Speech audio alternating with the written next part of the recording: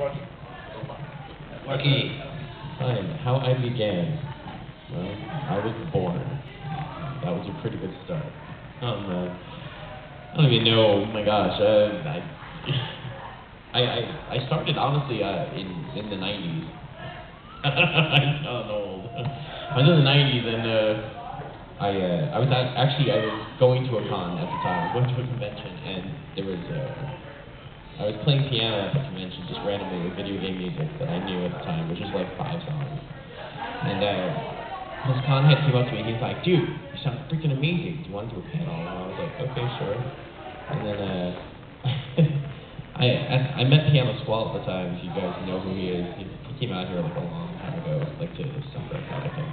But he was doing a panel also, and he was telling me, hey dude, why don't you sing with me? Let's go to Otakon, you know, we can be guests together. And I said, okay, sure, sounds good. Went and played Otakon and got in the newspaper, got on a DVD, got on random merchandise and stuff. It was really bizarre.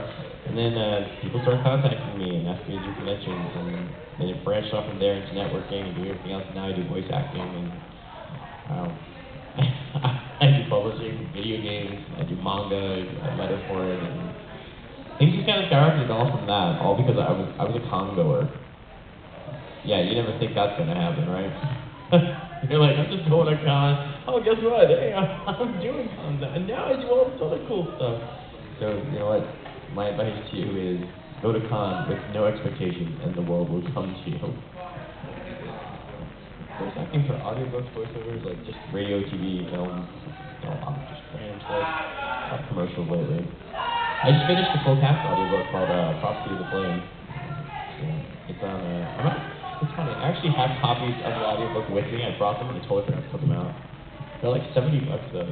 It's like really, really expensive. I got to work with Sonny Strait from Dragon Ball Z, Michael Coleman from Hamtaro and Inuyasha and stuff. And, Julie Ray Colson, Mobile Suit Gundam, Lisa Wilkerson from Tekken, and Crazy Taxi and Hello Kitty. It was a lot of fun working with those people because it was just like, this is like a culmination of, oh my gosh, these are all my heroes, and now I get to work with them. This is amazing. But that's more the voice acting side, so let's talk about music. I play piano, woo! But one last thing to know, just before I pass this on, is I don't play piano correctly, like at all. Like I mean, like, you know, does anyone here like actually play piano? Okay, you guys play. then you'll know this. This will be funny for you. I use 3 fingers on this side, these 3. I use these 4. And that's it. And I play everything using those 7 fingers. Very Chocobo-ish. The main reason is because I don't use my thumbs originally. I just found out recently I don't use this finger either, just from videotaping me. But the reason is because my thumbs, I'm missing a nerve that I'm supposed to have that stops you from doing it. So I stretch my fingers way too much. Yeah, so, and then I can like stretch them out into a line. As soon as I get them into that line, totally, so I have to stretch them. But okay, you just put them out there, and like then I try to hold them as best I can like that, and it works out okay. So they come out in lines like that, and that's why I play off. But if you're a piano player, that's gross. Like I've had teachers come up to me and go, "You disgusting." Anyway, next. You're a mutant. I know, right? I have a Chocobo mutant power. God. Take it, please. If you have questions, please feel free to ask. Yes, I'll not continue unless I hear a question. What's your favorite color? What's that? What's your favorite color? Green. Even use color. Actually, it's a color. I mean, mine is teal, so whatever. So I don't know, this is like neon green. I'm saying teal, that is so 90s.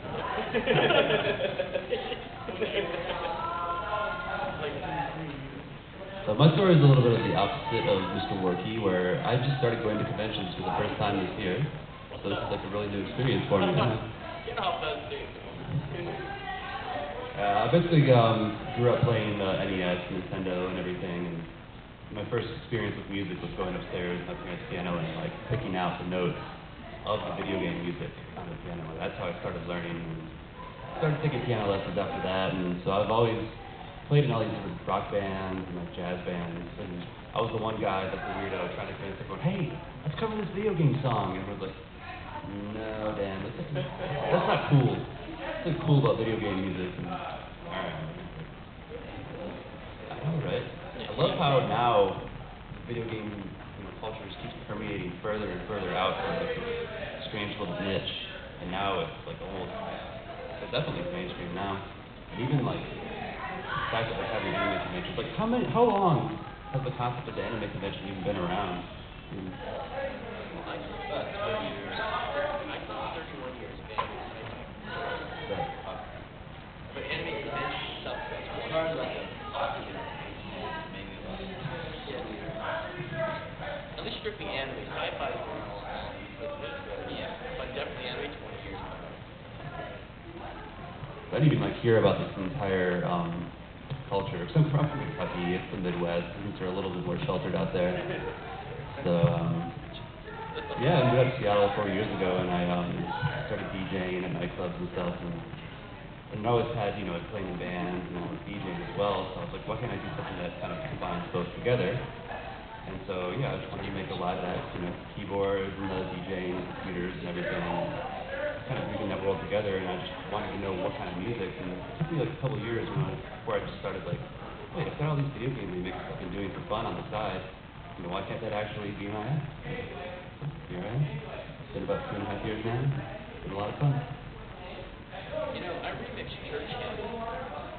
I really do. I really do. This is like Chris witness figure, dude. No, I really am serious. Like, I have. I've remixed Mormon hymns. You're alright. Yeah, Mormon hymns, man. I mean, can someone tell me it was sacrilegious? But I think they're great, man. We have like a techno drum beat thing going here. I heard something, counting your blessings or baptizing people the right way. I have a question for you, Chris. What's your favorite NES game?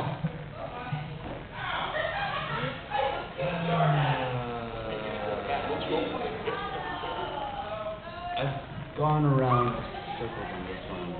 I've always loved Base Wars. I've got like 3 remixes from that game, just the music's so good. My favorite video game of all time is like the past.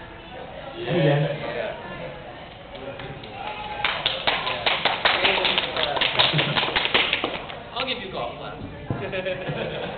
I'll probably say Metroid, just because like when it first came out, like no other game was like that, and just the immersion and just how much exploration you could do. Yeah. The fact that like you couldn't even like find certain parts of the world until you just bombed a random piece of the floor.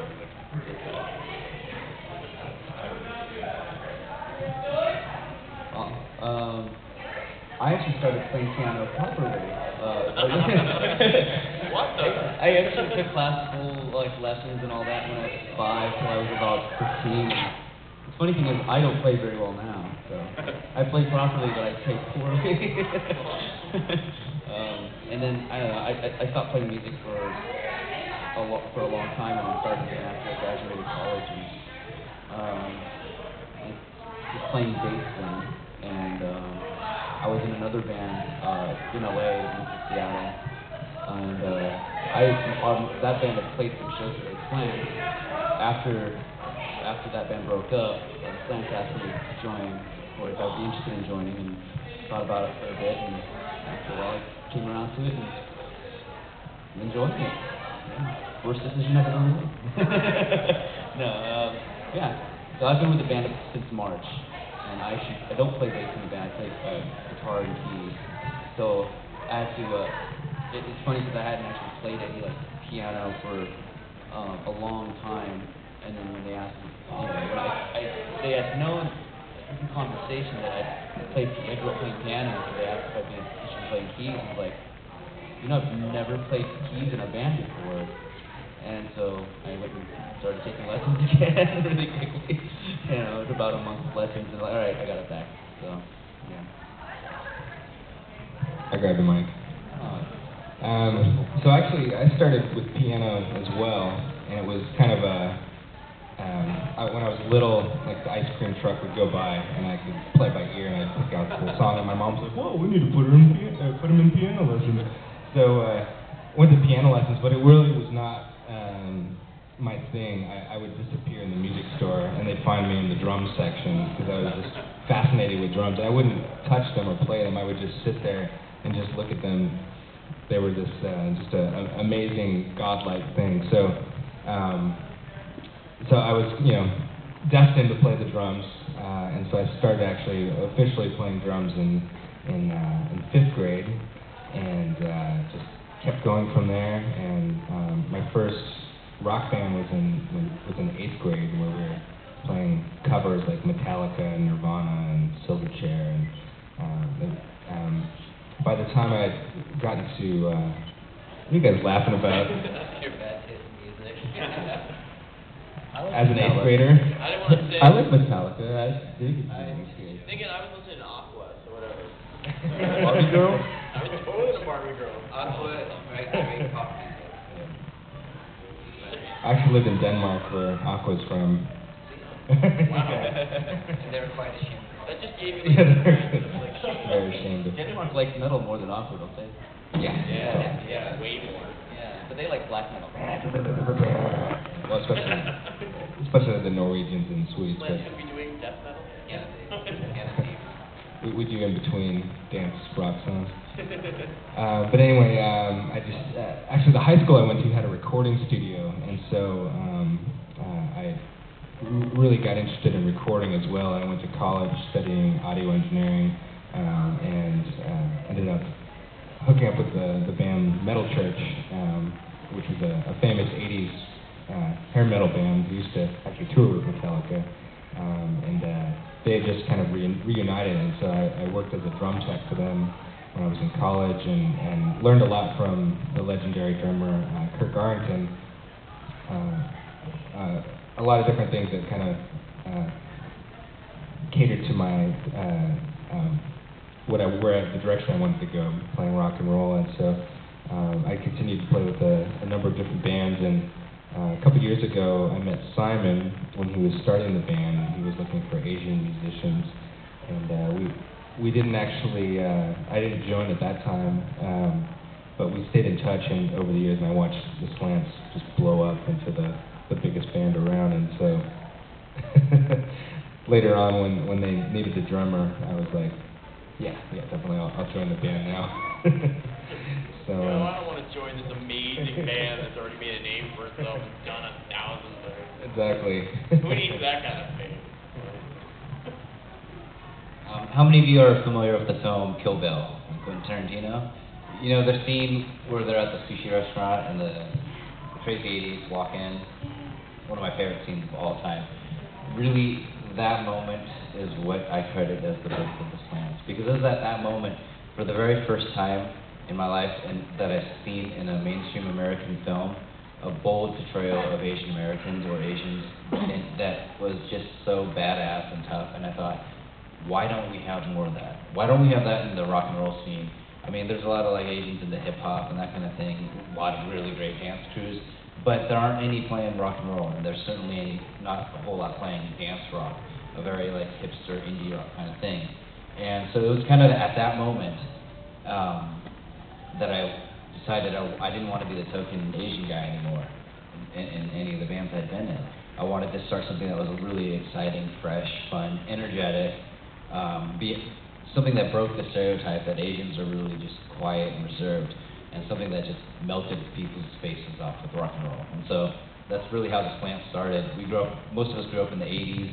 We really have a fine appreciation for British and European music, American 80s music, you know, just stuff that's really catchy and dancey that makes people want to move. And that's kind of how the music part started in. And, you know, it's grown and changed a little bit over the years, but for the most part, it's the same thing. We want to make people excited. We want people to have a great time as soon as they come see us live. Even if they don't enjoy the particular kind of music, you will be entertained. So I hope to see you all tonight at 11 in this room. See, that's the moment when